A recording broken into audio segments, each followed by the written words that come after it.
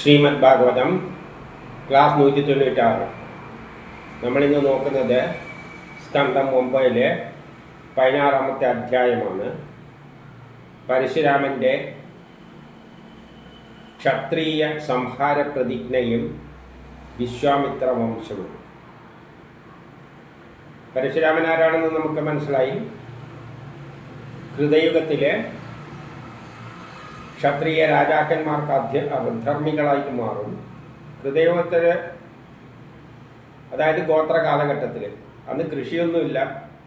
അപ്പോൾ അവർ ചെയ്യുന്നത് എന്താണെന്ന് വെച്ചാൽ അടുത്ത നാട്ടിൽ പോയി കയ്യൊക്കെയുള്ളവൻ കാര്യക്കാരൻ എന്ന നിലയിലാണ് അടുത്ത നാട് പോലെ കയ്യേറും. അവിടുന്ന് അവരെയെല്ലാം കൊല്ലുകയോ എന്തോ എല്ലാം ചെയ്തിട്ട് അവിടുത്തെ പശുവിനെയെല്ലാം പിടിച്ച് ഇങ്ങോട്ട് കൊണ്ടുവരും. ആ കഥയാണ് പരശുരാമൻ്റെ കഥയിലോട്ട് പറഞ്ഞത്. അപ്പോൾ പരശുരാമനെ പോലെയുള്ളവർ എതിർക്കുകയും അതിനെ അത്തരം രാജാക്കന്മാരെ കൊന്നൊടുക്കുകയും ചെയ്യും. അതാണ് കഴിഞ്ഞതിൽ നമ്മൾ കണ്ടത്. ഇനി അതിൻ്റെ തുടർച്ച നോക്കാം. ശ്രീ സുഖം പറയുകയാണ്. 1 പിതാവ് ഉപദേശിച്ച പ്രകാരം ഒരു വർഷം മുഴുവൻ പരശുരാമൻ എന്ത് ചെയ്തു? തീർത്ഥയാത്ര നടത്തിയ ശേഷം ആശ്രമത്തിൽ തിരിച്ചെത്തി. ഇപ്പോൾ ഇവൻ പോയിട്ട് പരശുരാമൻ പോയിട്ട് കുറേ ക്ഷത്രിയരെല്ലാം കൊന്നെടുത്തി. ഇവൻ്റെ പശുവിനെയാണ്, ഇവൻ്റെ അച്ഛൻ്റെ പശുവിനെയാണ്, ജമദഗ്നിയുടെ പശുവിനെയാണ് മോഷ്ടിച്ചുകൊണ്ട് പോയത്. അതിൽ ദേഷ്യം പോയിട്ടാണ്. അന്നത്തെ കാലം അത് തന്നെയാണ്. അന്നത്തെ ഏറ്റവും വലിയ ധനം പശു തന്നെയാണ്. അപ്പോൾ അന്യനാട്ടിൽ പോയിട്ട് പശുക്കളെയെല്ലാം മോഷ്ടിച്ചു കൊണ്ടുവരിക, ഇതെല്ലാം പരിപാടി. ആളുകളെ പിടിച്ച് അടിമയാക്കുക, എന്നിട്ട് ജോലി ചെയ്യിപ്പിക്കുക. ഇതെല്ലാം ഗോത്ര കാലഘട്ടത്തിൻ്റെ പ്രത്യേകതയാണ്. അപ്പം പ്രതിഷേധിക്കേണ്ടവർ പ്രതിഷേധിക്കും. ഇങ്ങനെ കഴിവുള്ളവർ അവരെ പോയി കൊന്നിട്ട് പശുവിനെ മോഷ്ടിച്ചുകൊണ്ട് പശുവിനെയും തിരിച്ചു കൊണ്ടുവരും. ആ തരത്തിൽ ഇതിനെ കണ്ടാൽ മതി.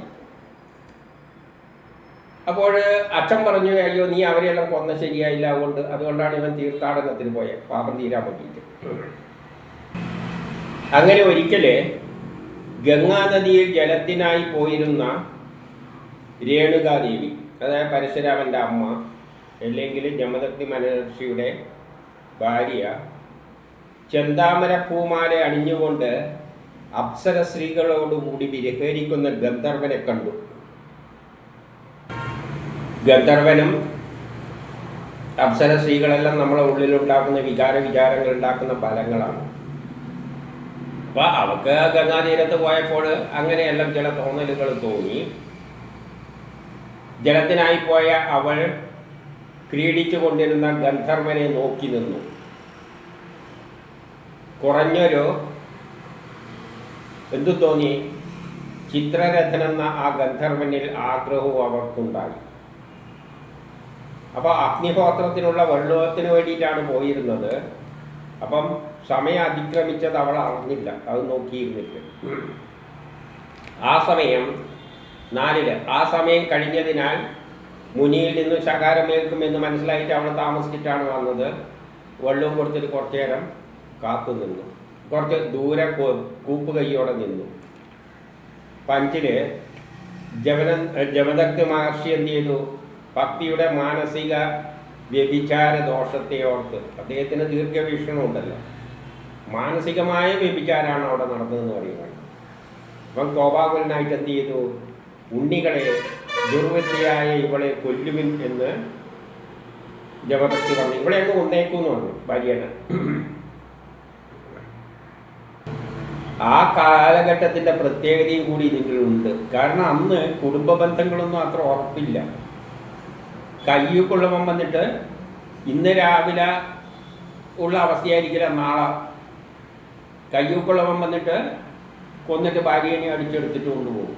എന്നിട്ട് പിന്നെ അവൾ വേറവൻ്റെ ഭാര്യയാണ്. വേറൊരു ദിവസം വേറത്തം വന്നിട്ട് അടിച്ചെടുത്തുകൊണ്ട് അവനാണ്. ഈ കഥ ഇത് സത്യമായിട്ട് ചില ഗ്രന്ഥങ്ങളിലെല്ലാം നമ്മൾ ആ കഥകൾ അവിടെ അത് വായിച്ചാൽ മനസ്സിലാകും.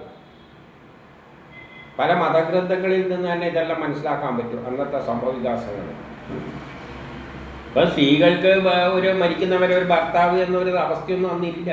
കയ്യൊക്കെയുള്ളവൻ്റെ ഭാര്യയാവുക, അതിൽ കൂടുതലൊന്നും ആ ഒരവസ്ഥയാണ്. അതുകൊണ്ട് ആ ഒരു കാലഘട്ടത്തിൻ്റെ പ്രത്യേകത. നേരെ മറിച്ച് രാമൻ്റെ കാലഘട്ടത്തിൽ കുടുംബമായിട്ടെല്ലാം ചിത്രീകരിച്ചിട്ടുണ്ട്. പക്ഷെ അന്നതല്ല, സ്ത്രീകൾക്ക് ദുർബലരാണ്, അവർക്കൊന്നും തന്നെ ചെയ്യാൻ പറ്റാത്ത അവസ്ഥയാണ്. അപ്പം ജമദഗ്നി എന്ത് പറഞ്ഞു? ഉണ്ണികളെ അവളെ അങ്ങ് കൊന്നുകളയാന്ന് പറഞ്ഞു. പക്ഷേ മറ്റുള്ള മക്കളൊന്നും അതിന് തയ്യാറായില്ല. എന്നാൽ ആറിൽ പറയുകയാണ്, എന്നാൽ പിതാവിനാൽ പ്രേരിതനായിട്ട് ഭാർഗവരാമൻ എന്ത് ചെയ്തു? അമ്മയോടൊപ്പം പറഞ്ഞാൽ കേൾക്കാത്ത സഹോദരന്മാരെ എല്ലാം വെട്ടിക്കൊന്നു, എല്ലാവരെയും കൊന്നു, വധിച്ചു. അദ്ദേഹത്തിന് ജമദഗ്നി മഹർഷിയുടെ തപോശക്തിയെ പറ്റിയെല്ലാം നല്ലോണം അറിയായിരുന്നു. ആർക്ക്? പരശുരാമന് നല്ലോണം അറിയാം ജമദഗ്നി മഹർഷിന്റെ തപസ്സിന്റെ ആ ശക്തിയല്ല. അതുകൊണ്ട് അദ്ദേഹം ഒരു തന്ത്രം പ്രയോഗിച്ചു. അപ്പൊ 7-ാമത്തേൽ പറയാണ്, ജമദഗ്നി മഹർഷി ചോദിച്ചു, സന്തോഷമായിട്ട് മോനെന്താ വേണ്ടതെന്ന് ചോദിച്ചു. എന്താഗ്രഹം ഉണ്ടെങ്കിൽ സാധിപ്പിച്ചു തരാമെന്ന്. അപ്പോൾ പരശുരാമൻ പറഞ്ഞ എന്താണെന്ന് വെച്ചാൽ, ഈ മരിച്ചവരെല്ലാം ഒന്നും കൂടി ജീവിപ്പിക്കുകയും വേണം, അവർക്ക് ഈ സ്മരണകളൊന്നും ഉണ്ടാകാൻ പാടില്ല, ഈ നടന്ന സംഭവത്തെപ്പറ്റി ഓർമ്മയുണ്ടാകാൻ പാടില്ല. ഇതാണ് വരമായിട്ട് ചോദിച്ചത്. അതുപോലെ നൽകപ്പെട്ടു. അവരെല്ലാം എന്തായി? ഉറക്കം വിട്ടെണീച്ച പോലെയാണ് എണീച്ചു പോകുന്നത്. അനായാസൻ എണീച്ചു വന്നു. പിതാവിൻ്റെ ഈ കഴിവിനെ പറ്റി ശരിക്ക് ഭാർഗവരാമന് നല്ലവണ്ണം അറിയാമായിരുന്നു. അതുകൊണ്ടാണ് അയാൾ ഈ വേണ്ടപ്പെട്ടവരെ കൊല ചെയ്തത് എന്ന് 8-ൽ പറയുകയാണ്. അദ്ദേഹത്തിന് കൊല ചെയ്യുമ്പോൾ തന്നെ അറിയാം ഇങ്ങനത്തെ ജീവിപ്പിക്കാനുള്ള കഴിവുണ്ട്, എന്നാൽ പിന്നെ അച്ഛൻ പറഞ്ഞ പോലെ ചെയ്തു കൊടുക്കാമെന്നുള്ളു. അപ്പം കുറച്ചും കൂടി പ്രാക്ടിക്കലാണ് ആര്? ഭാർഗവരാമനിലേക്ക് പരശുരാമൻ. അല്ലാതെ ശരിയായ ആത്മീയം പിടിച്ച് നടക്കുന്ന കക്ഷിയൊന്നുമല്ല. കുറേ പ്രാക്ടിക്കലായി ചിന്തിക്കുക. കൊന്നാലും കുഴപ്പമില്ല, പിന്നെ ഉടനെ ജീവിപ്പിക്കാൻ പറ്റുമെന്ന് പിന്നെ എന്തെന്നിരിക്കുന്നത്? ആ നിലയിലുള്ള ഒരു വ്യക്തിയാണ്, ഒരു പ്രത്യേകതരം ക്യാരക്ടറായിട്ടാണ് പരശുരാമനെ ചിത്രീകരിച്ചിരിക്കുന്നത്. ഇനി 9-ൽ പറയാണ്, പരശുരാമനാൽ പരാജിതനായ കാർത്തിക വീരാർജുനന്റെ പുത്രന്മാർ പണ്ട് പരശുരാമൻ ഓർത്തിച്ചിട്ട് പിന്നെ ഇങ്ങനെ പോയിട്ട് കാർത്തിക വീരാർജുനെല്ലാം പതിച്ചല്ലോ. അപ്പോൾ അദ്ദേഹത്തിൻ്റെ പുത്രന്മാർക്ക് പിതാവിനെ കൊന്ന ദേഷ്യം ഇപ്പോഴും ഓർത്ത് വെച്ചുകൊണ്ടിരിക്കുകയായിരുന്നു. 9. ഇനി 10-ൽ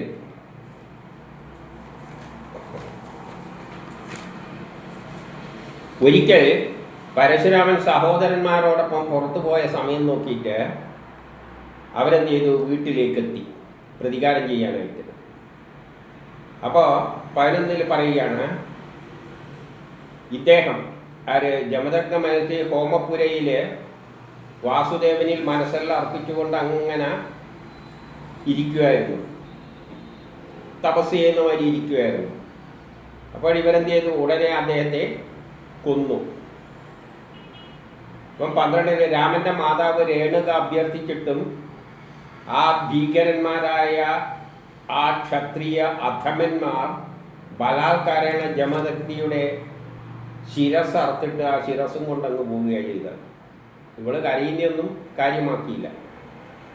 13-ൽ അപ്പം രേണുകാദേവി വിളിച്ചു പറഞ്ഞ് കരയാൻ തുടങ്ങി. കൈയിട്ട് നെഞ്ഞത്തെല്ലാം അടിച്ചുകൊണ്ട് രാമ രാമ ഓടി വരൂ, ഉണ്ണി വരൂ എന്ന് ഉറക്കെ വിളിച്ചു പറഞ്ഞു.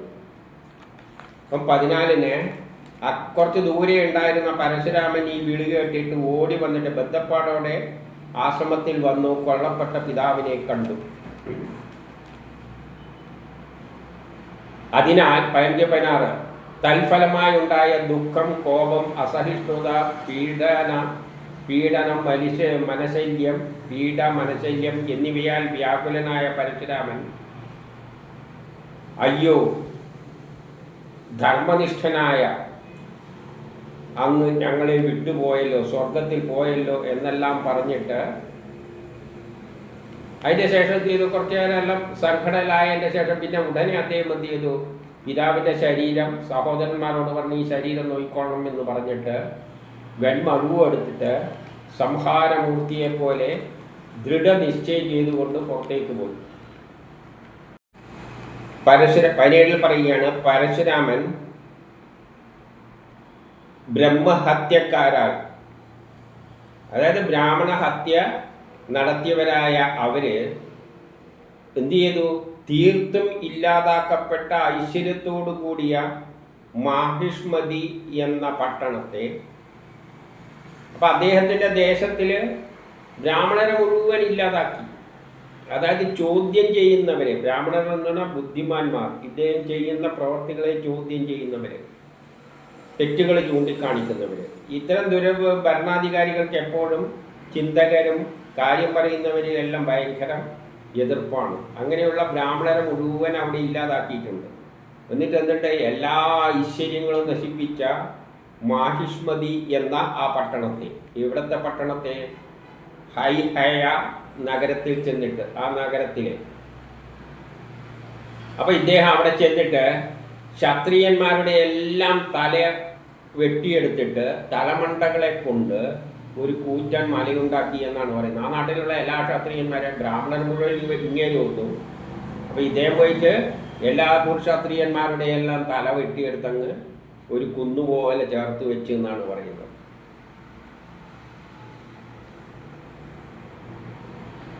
ഇനി പോയിന്റ് 19.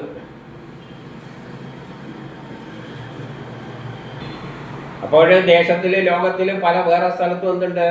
ക്ഷത്രിയ വർഗം അനീതികൾ നടത്തിക്കൊണ്ട് വരവേ, അപ്പോൾ മറ്റുള്ള സ്ഥലത്തും എല്ലാം അനീതി നടത്തിക്കൊണ്ടിരിക്കുകയാണ് ദുർഭരണാധികാരികൾ, ക്ഷത്രിയരായ ദുർഭരണാധികാരികൾ. പരശുരാമൻ എന്ത് ചെയ്തു? പിതൃവധത്തെ നിമിത്തീകരിച്ച് 21 വട്ടം ഭൂമിയെ ക്ഷത്രിയ ശൂന്യമാക്കി. 21 പ്രാവശ്യം നടന്നിട്ട്, ഭൂമി മുഴുവൻ നടന്നിട്ട് ക്ഷത്രിയരെ എല്ലാം കൊന്നൊടുക്കി എന്നാണ് പറയുന്നത്. അപ്പൊ അത്രയും കാലത്തോളം ഇങ്ങനെ ദുർഭരണാധികാരികളായ ക്ഷത്രിയരായിട്ട് ഏറ്റുമുട്ടിയിട്ട് ജനം പലയിടത്തും കൊന്നിട്ടുണ്ട്, നശിപ്പിച്ചിട്ടുണ്ട്. അത് ചരിത്രം നോക്കിയാലും കാണാം. ദുർഭരണാധികാരികൾ ഉണ്ടാകുമ്പോൾ ഇങ്ങനെ പശുവിനെല്ലാം മോഷ്ടിച്ചുകൊണ്ടുമ്പോൾ ചിലവരെന്ത് ചെയ്യും? പ്രതികരിക്കും, അവരെ തല്ലിക്കൊല്ലും, പിന്നെ വേറൊത്തം വരും. ഇങ്ങനെ ലോകത്ത് പലയിടത്തും ഈ തരത്തിൽ ആ ഗോത്ര കാലഘട്ടത്തിൽ സംഭവിച്ചുണ്ട്. അവരുടെ ചോര കൊണ്ട് ബ്രഹ്മദോഷികൾക്ക് ഭീതി വരുത്തുമാർ ഇനി ഒരു ക്ഷത്രിയർ ഇങ്ങനെ ചെയ്യരുത് എന്നുള്ള ഒരു മുൻകരുതൽ എന്ന നിലയിൽ നദിയെ ഉയർത്തി എന്നാണ് പറയുന്നത്. അവരുടെ രക്തം കൊണ്ട് സുമന്ത പഞ്ചകം എന്ന സ്ഥലത്ത് രക്തം കൊണ്ട് കെട്ടിക്കിടക്കുന്ന 9 കയങ്ങൾ ഉണ്ടാക്കി. രക്തം കെട്ടിക്കിടക്കുന്ന 9 കയങ്ങൾ ഉണ്ടാക്കി. 21 പ്രാവശ്യം അദ്ദേഹം ലോകം മുഴുവൻ പോയിട്ട് ക്ഷത്രിയരെയും കൊന്ന് എന്നിട്ട് അവരുടെ രക്തം കൊണ്ട് കുറെ കയങ്ങൾ നിറച്ചു. 20. പിന്നെ പിതാവിൻ്റെ ശിരസിനെ ഉടലോട് ചേർത്ത് വെച്ചുകൊണ്ട് അദ്ദേഹം അഗ്നിയിൽ യജ്ഞം നടത്തി ആരാധിച്ചു. പിതാവിൻ്റെ ശിരസ്സെടുത്തിട്ട് ശരീരത്തോട് ചേർത്ത് വെച്ചുകൊണ്ട്. എന്നിട്ട് യജ്ഞം നടത്തുമ്പോൾ ഹോതാവിന് കിഴക്കും, ബ്രാഹ്മണർക്ക് തെക്കും, അശ്വനിക്ക് പടിഞ്ഞാറും, അല്ല അധ്വരികൾക്ക് പടിഞ്ഞാറും, ഉദ്ഗാതന്മാർക്ക് വടക്കും, മറ്റുള്ളവർക്ക് ഇടപ്രദേശവും, കശ്യപമുനിക്ക് മധ്യപ്രദേശവും, കർമ്മം നിരീക്ഷിക്കുന്നവർക്ക്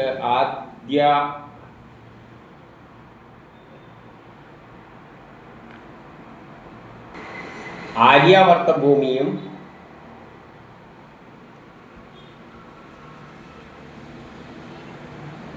പിന്നെ ശേഷിക്കുന്നവർക്കല്ല സദർശർക്ക് പിന്നെ അവിടെ ശേഷിച്ച ദേശങ്ങളും എല്ലായിട്ട് വീതിച്ചങ്ങനെ കൊടുത്തു.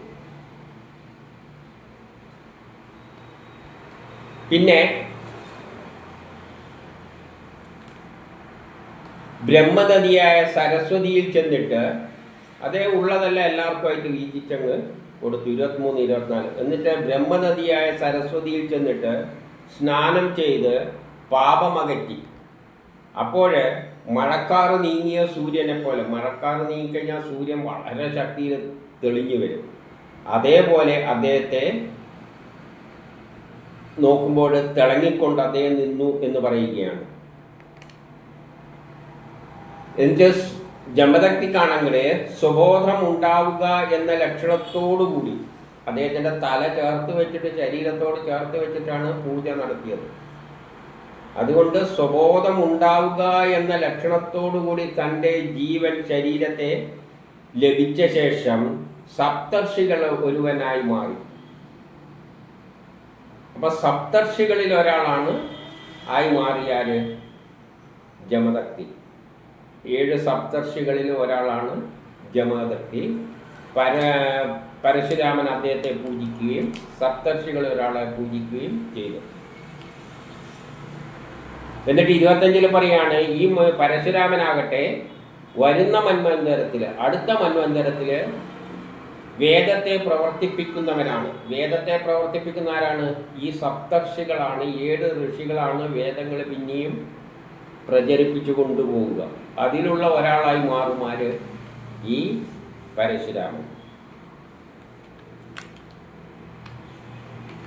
ഇനി 26 ഹിംസയെ വെടിഞ്ഞ് ഏറ്റവും ശാന്തമായ ഹൃദയത്തോടെ സിദ്ധ ഗന്ധർവ ചാണരന്മാരാൽ വാഴ്ത്തപ്പെട്ടവനായി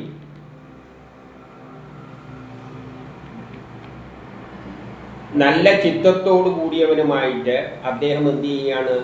മഹേന്ദ്ര പർവ്വതത്തിൽ ഇപ്പോഴും വാഴുകയാണ്.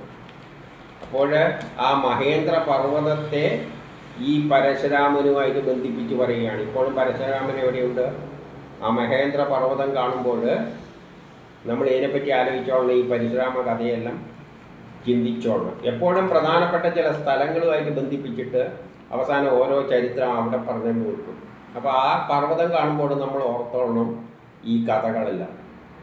ആ സേതുബന്ധനം എന്ന ഒരു ശ്രീലങ്കയും ഇന്ത്യയും തമ്മിൽ ബന്ധിപ്പിക്കുന്ന ഒരു ഇതുണ്ടല്ലോ, അതിനെ ഈ ശ്രീരാമ കഥ ലങ്കാദഹനുകളിലായിട്ട് ബന്ധിപ്പിച്ചിട്ട് ഉള്ള കഥയാക്കിയിട്ട് ബന്ധിപ്പിച്ചു. ഇത്തരത്തിൽ പറഞ്ഞതായിട്ട് കണ്ടാൽ മതി.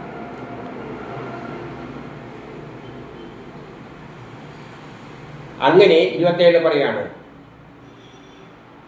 വിശ്വകാരണവും സർവൈശ്വര്യനിധിയുമായ മഹാവിഷ്ണു ഭൃഗുവംശത്തിൽ അവതരിച്ച്, അതായത് പരശുരാമനായിട്ട് അവതരിച്ചിട്ട് ഭൂമിക്കുള്ള ഭാരമായി തീർന്ന ക്ഷത്രിയരെ എല്ലാം പലവട്ടം കൊന്നു. അപ്പം യഥാർത്ഥത്തിൽ വിഷ്ണുവാണ് ഈ പരശുരാമനായിട്ട് വന്നിട്ട് ഭൂമിയുടെ ഭാരം കുറക്കാൻ, ഭൂമിക്ക് ഈ ദുർക്ഷത്രിയരാദികളുടെ, അതായത് നീചന്മാരായ ഈ ക്ഷത്രിയാദികളെ, രാജാക്കന്മാരെ, അക്കാലത്തെ ക്ഷത്രിയ രാജാക്കന്മാരുടെ എല്ലാം തലയറുത്ത് ഇല്ലാതാക്കുക. കാരണം ആ കാലഘട്ടത്തിൽ കയ്യൂക്കുള്ളവൻ കാര്യക്കാരൻ എന്ന നിലയിലാണ്. ഗോത്ര കാലഘട്ടത്തിൽ കയ്യൂക്കുള്ളവൻ എപ്പോഴും ക്ഷത്രിയ സ്വഭാവമുള്ളവരാണ്. അതുകൊണ്ടാണ് എല്ലാ ക്ഷത്രിയരെയും കൊന്നു എന്ന് പറഞ്ഞത്. ഇനി 28 കത്തിക്കാളുന്ന അഗ്നി പോലെ അത് തേജസ്വിയായ പുത്രൻ ഗാധിയിൽ ഉണ്ടായി. അപ്പോഴ് പണ്ട് മഹർഷിയോട് മന്ത്രിച്ചിട്ട് 2 ദ്രാവകം മന്ത്രിച്ച ജലം വെച്ച് കൊടുത്തിട്ട് അമ്മയും മോളും കൂടിയിട്ട് അങ്ങോട്ടും ഇങ്ങോട്ടും പരസ്പരം മാറിയിട്ടാണല്ലോ കഴിച്ചത്. അങ്ങനെ മോള് കഴിച്ചതുകൊണ്ടാണ് പിന്നെ ജമദഗ്നിയും അതിൽ നിന്ന് ആ ശാപമോക്ഷം എന്ന നിലയിൽ രണ്ടാമത്തെ നല്ല ധീരനായ പരശുരാമനും ഉണ്ടായത്. അമ്മ പ്രസവിച്ചത് വിശ്വാമിത്രൻ എന്ന പേരായ അവൻ. അപ്പം അമ്മ കഴിച്ചതിൻ്റെ ഫലമായി ഗാധിയിൽ ഉണ്ടായി ആര്? തേജസ്വിയരായ പുത്രൻ. പിന്നെയോ അഗ്നി പോലെ കത്തിക്കാളുന്ന തേജസ്വിയായ ഒരു പുത്രനുണ്ടായി, അതാണ് വിശ്വാമിത്രൻ. അപ്പം മന്ത്രിച്ച ജലം എടുത്തിട്ട് ഒന്നുണ്ടായതാണ് പരശുരാമൻ. അദ്ദേഹം ധീരനാണ്. പക്ഷേ ബ്രാഹ്മണനായിട്ട് ജനിക്കേണ്ടവനായിരുന്നു. ബ്രാഹ്മണ ബുദ്ധിയും കിട്ടിയിട്ടുണ്ട്, നല്ല ധീരതയും കിട്ടിയിട്ടുണ്ട്. എന്ത് മാറിക്കഴിച്ചത് കൊണ്ട്. മറ്റേത് ക്ഷത്രിയനായിട്ട് ജനിക്കേണ്ടതായിരുന്നു. പക്ഷേ ബ്രാഹ്മണ ജലമായി പോയതുകൊണ്ട് എന്ത് പറ്റി? വിശ്വാമിത്രൻ തപസ്സിനാൽ അവൻ ക്ഷത്രിയ ധർമ്മം ഉപേക്ഷിച്ചു. അവൻ ക്ഷത്രിയ കാര്യങ്ങളെല്ലാം അങ്ങ് വിട്ട് പിന്നെ അവൻ ബ്രാഹ്മണന്റെ സ്വഭാവത്തിനാണ് മുൻതൂക്കം കൊടുത്തത്. തപസ്സിനാൽ നിന്നാണ്, അതുകൊണ്ടാണ് പറഞ്ഞത് തപസ്സിനാൽ അദ്ദേഹം ക്ഷത്രിയ ധർമ്മമെല്ലാം അങ്ങ് കളഞ്ഞു. ബ്രഹ്മ തേജസ്സോടുകൂടി തപസ്സിനാൽ ബ്രഹ്മ തേജസ് നേടിയെടുത്തു. നല്ലൊരു ബുദ്ധിമാന്റെ ആ ഒരു കഴിവാണ് പരശുരാമൻ നേടിയെടുത്തത്. ഉള്ളിൽ ക്ഷത്രിയ സ്വഭാവ അടിസ്ഥാനമായിട്ട് ഉണ്ട് താനും. 28 വിശ്വാമിത്രന് 100 പുത്രന്മാരുണ്ടായി. നടുവിലത്തെ പേരാണ് മധുചന്ദസ്. അപ്പം അദ്ദേഹത്തിന് 100 പുത്രന്മാരുണ്ട്. അതിലെ നടുവിലാണ് മധുചന്ദസ്. അതുകൊണ്ട് ആ കുലത്തെ മുഴുവൻ അവനെ നിമിത്തീകരിച്ചിട്ട് എല്ലാവരെയും മധുചന്ദസ്സുകൾ എന്നാണ് പറയപ്പെടുന്നത്. അതേസമയം 30 പറയാണ്, ഭൃഗുവംശത്തിൽ തന്നെ ജനിച്ച അജിഗർത്തൻ എന്ന ബ്രാഹ്മണന്റെ പുത്രനും ദേവരാധൻ എന്ന വേറൊരു പേരും കൂടിയുള്ള ശുനശേവനെ, ഈ ശുനശേവനെ നമ്മൾ വേദത്തിലെല്ലാം പല സ്തോത്രങ്ങളും എഴുതിയ കക്ഷിയാണ് ഈ ശുനശേവനും വിശ്വാമിത്രനും എല്ലാം തന്നെ. അപ്പോൾ ആ ശുനശേവനെ അവൻ ഏതിലാണ്? ഭൃഗുവംശത്തിൽ പറഞ്ഞതാണ്. അജിഗർത്തൻ എന്ന ബ്രാഹ്മണന്റെ പുത്രനാണ്. അവന് വേറൊരു പേരുമുണ്ട്, ദേവരാധൻ എന്ന പേര്. അവനെ ശുനശേവനെ ഇദ്ദേഹം എന്ത് ചെയ്തു എന്ന് വെച്ചാൽ പുത്രനായി അങ്ങ് സ്വീകരിച്ചു. ആര്? വിശ്വാമിത്രൻ. അങ്ങനെ വിശ്വാമിത്രൻ ചിലവരെയെല്ലാം കൂടെ കൊണ്ട് നടക്കും. അങ്ങനെയുള്ളൊരു പ്രത്യേക ക്യാരക്ടറാണ്. എൻ്റെ സ്വപുത്രന്മാരോട് വിശ്വാമിത്രൻ വിളിച്ചിട്ട് പറഞ്ഞു, നിങ്ങൾ ഏവരുടെയും മൂത്ത സഹോദരനായി ഇവനെ കണ്ടുകൊള്ളണം. അപ്പം ഇങ്ങേർക്ക് 100 പുത്രന്മാരുണ്ട്. ഇവനെ കൊണ്ട് കാണിച്ചു കൊടുത്തിട്ട് പറഞ്ഞു, ഇവനെ നിങ്ങൾ മൂത്തവനായിട്ട് കണ്ടുകൊള്ളണം. ഭയങ്കര സ്നേഹമാണ് ഇവനോട്.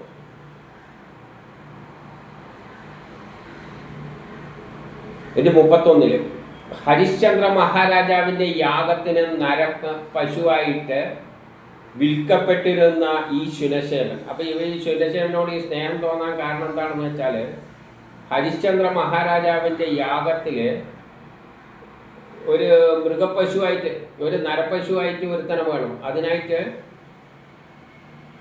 കിട്ടിയത് ഇവനെയാണ്, ശുനശേവനെയാണ്. ഒരാൾ വിറ്റു, ശുനശേവനെ വിറ്റു അതായിട്ട്. അപ്പം ഇദ്ദേഹം ഈ വിശ്വാമിത്ര മഹർഷി എന്ത് ചെയ്ത് അവനോട് സ്നേഹം തോന്നിയിട്ട് ബ്രഹ്മാവ് തുടങ്ങിയവരോടെല്ലാം പ്രാർത്ഥിച്ചതിൻ്റെ എല്ലാം ഫലമായിട്ട് പിന്നെ അതിനുള്ള പൈസയെല്ലാം കൊടുത്തിട്ട് അവനെ അതിൽ നിന്ന് രക്ഷിച്ചിട്ട് ആ രൂപത്തിൽ കെട്ടിയിരിക്കുന്ന അവനെ അതിൽ നിന്ന് മോചിപ്പിച്ചിട്ട് കൊണ്ടുവന്നതാണ്. അപ്പം ദേവതപ്രീതിക്കായിട്ട് നടത്തിയ യജ്ഞത്തിൽ ബ്രഹ്മാവി ദേവന്മാരെല്ലാം കൂടിയിട്ടാണ് അദ്ദേഹത്തെ രക്ഷിച്ചിട്ട് പിന്നെ ഇദ്ദേഹത്തിന് ഏൽപ്പിച്ചത്. ആ ശുനശേവൻ ദേവരാധൻ എന്ന പേരിലും അറിയപ്പെടുന്നു. ദേവന്മാരെല്ലാം കൂടിയിട്ടാണ് അദ്ദേഹത്തെ രക്ഷിച്ചത്. അത് ആര് ശ്രമിച്ചിട്ട്? ഈ വിശ്വാമിത്ര മഹർഷിയുടെ പ്രവർത്തനത്തിൻ്റെ ഫലമായിട്ട്. അങ്ങനെ അവനോട് സങ്കടം തോന്നിയിട്ട് അവനെ രക്ഷിച്ചത്. അപ്പോൾ വിശ്വാമിത്രൻ ഇങ്ങനെ എല്ലാവരോടും കഷ്ടപ്പെടുന്ന ആളോടെല്ലാം ഒരു സ്നേഹമുള്ള ഒരു വ്യക്തിയാണ്. വസിഷ്ഠൻ്റെ മാതിരിയല്ല. വസിഷ്ഠൻ ഭയങ്കര പിന്തിരിപ്പ സ്വഭാവമാണ്. ഇദ്ദേഹം വളരെ അഡ്വാൻസ്ഡ് ആണ്.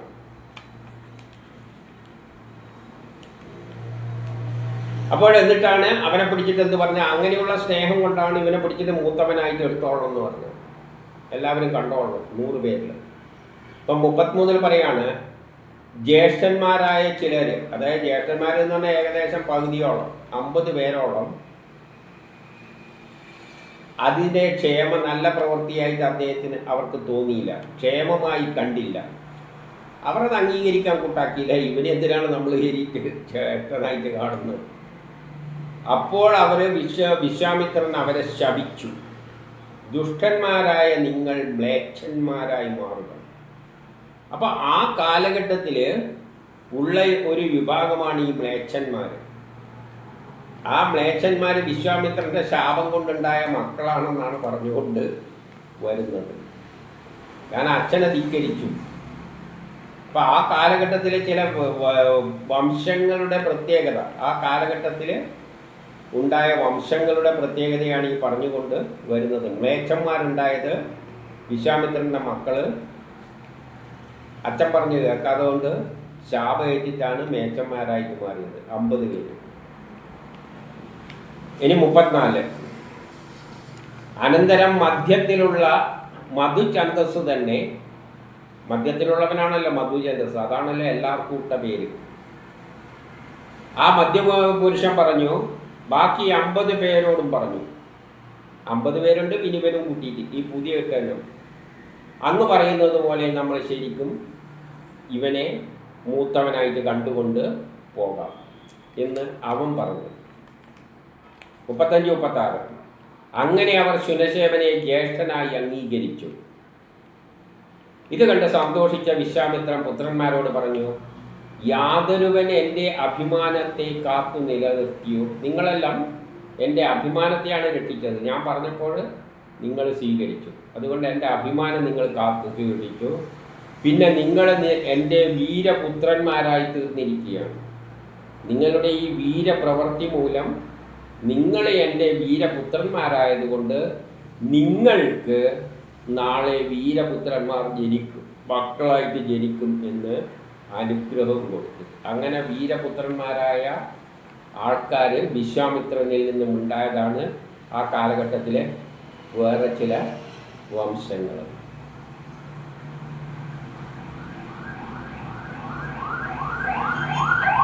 അതുകൊണ്ട് എന്ത് വേണം, ഈ വീരനായ ദേവരാധൻ, അതായത് ഈ കൊണ്ടുവന്ന ശുനശേവനെ നിങ്ങളുടേതായി കണ്ടുകൊണ്ട് അവനെ നിങ്ങൾ അനുഗമിക്കണം. അവൻ പറയുന്ന അനുസരിച്ച് നിങ്ങൾ മുന്നോട്ടേക്ക് പോകണം. എന്നിട്ട് 37 പറയാണ്, അഷ്ടകൻ, ഹാരീതൻ,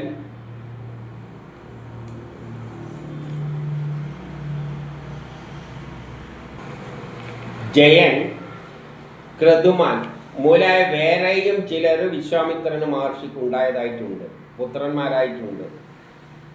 അങ്ങനെ അപ്പോൾ പലതരം വംശങ്ങൾ വിശ്വാമിത്രനുമായി ബന്ധപ്പെട്ടിട്ടുണ്ട്. കുറേ മക്കൾ മ്ലേച്ഛന്മാരായി മാറി, ചിലവർ ധീരന്മാരായി മാറി. പിന്നെ ഇങ്ങനെയും കുറേ അഷ്ടകൻ, ഇങ്ങനെ കുറേ മക്കളെല്ലാം വിശ്വാമിത്രന് കുറേ മക്കളുണ്ട്. അങ്ങനെ കൗശിക ഗോത്രമാകട്ടെ വിശ്വാമിത്ര സന്തതികളാലും വ്യത്യസ്ത വിധത്തിലായി അവാന്തര ഗോത്രങ്ങളായി സംഭവിച്ചു. അങ്ങനെ അവാന്തര ഗോത്ര വിഭാഗങ്ങൾ ആ കാലഘട്ടത്തിൽ വിശ്വാമിത്രനിലൂടെയാണ് ഉണ്ടായിരിക്കുന്നത്. അപ്പോൾ ഈ നാട്ടിലുള്ള അവാന്തര ഗോത്ര വർഗങ്ങളെല്ലാം ആ കാലഘട്ടത്തിൽ, ഏത് ഈ കഥ പറയുന്ന കാലഘട്ടത്തിൽ വിശ്വാമിത്ര മഹർഷിയുടെ ആ ഇതിലൂടെ ഉണ്ടായവരാണ്. അപ്പം വിശ്വാമിത്ര മഹർഷി കുറച്ചും കൂടിയും മിക്സ്ഡാണ്. വിശ്വാമിത്രൻ ഉണ്ടായത് തന്നെ മിക്സ്ഡ് ആയിട്ടാണ്. അപ്പം അദ്ദേഹത്തിൻ്റെ ചിന്താഗതിക്കനുസരിച്ച് അദ്ദേഹം പലവരെയെല്ലാം കൂട്ടായിട്ടും മക്കളായിട്ടെല്ലാം അവിടെ നിന്ന് എടുക്കുകയും, പലവരും കഷ്ടപ്പെടുന്നുണ്ടെങ്കിൽ അവരെയെല്ലാം മക്കളായിട്ട് എടുക്കും.